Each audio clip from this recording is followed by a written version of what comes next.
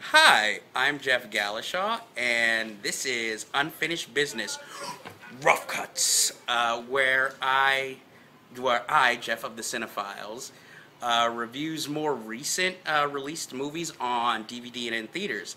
This week's episode is the movie LOOPER, which stars Bruce Willis and Joseph Gordon-Levitt. This film is about time travel. No matter what the advertisements have led you to believe.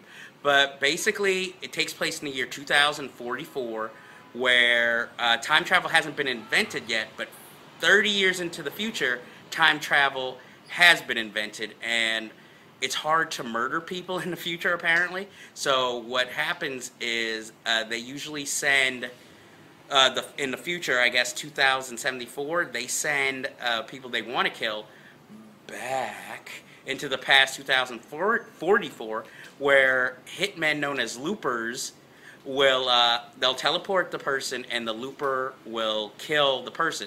And also, when your contract has expired 30 years in the future, they send your future self back for you to kill, thus closing the loop.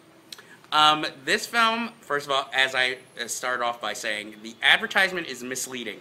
They make it seem like it's, an action film, when actually it's more of a sci-fi fantasy that attempts to be a little bit more realistic. Like, when people die in this film, it's not as disposable as in an action film, where it's like, oh, an afterthought, like, oh, he's dead, okay. When somebody dies, you actually kind of feel something for the character because you've actually spent time learning about them and, learning to like them. I have to say, I actually really enjoyed this film, which is not a big shock because I haven't trashed any film as of yet. But while I liked the film, I didn't love it as much as I thought I would. I am admittedly not the biggest fan of sci-fi, but that has nothing to do with why I didn't like it. I just felt like there was something missing, but I was not disappointed in the least by the film. I was never bored watching it. And even though it's not an action film, it is surprisingly violent. I would say it's a little harder art, and for some of you out there, there's a little bit of nudity, so it's not exactly, something you take the family to. But what I did like about the film is that it was very inventive, and certain things that you take for granted, like, okay, at first Joseph Gordon-Levitt's makeup, prosthetic makeup to make him look a little bit more like Bruce Willis, at first is a little distracting and you think it's stupid, but in certain shots you can actually see why they put it there, because, it's a little more, I don't know how you would say, it brings it around and really makes an impact when you see it. Also, the thing I liked about the film is that it has the characters stay with their characteristics. Like, they're not, like, Bruce Willis and Joseph Gordon-Levitt are playing the same people, but they're not totally separate personalities. So everything that's true of the younger character is true of the older character. The thoughts, the passions, the determination, even the bad things to their personality. I have to say that I really enjoyed the film, and I think it is definitely worth checking out. The advertisement, I can understand they want to sell to a broader audience by making it more action-filled, but, obviously, you sell them that it's sci-fi, tell audiences that it's a sci-fi movie, a certain chunk of your audience is automatically going to not want to go see it. They're thinking, okay, I'm going to have to think too much during this film. And while, it is refreshing to see a movie that makes you think while you watch it, it also has no problem entertaining you while you're watching it.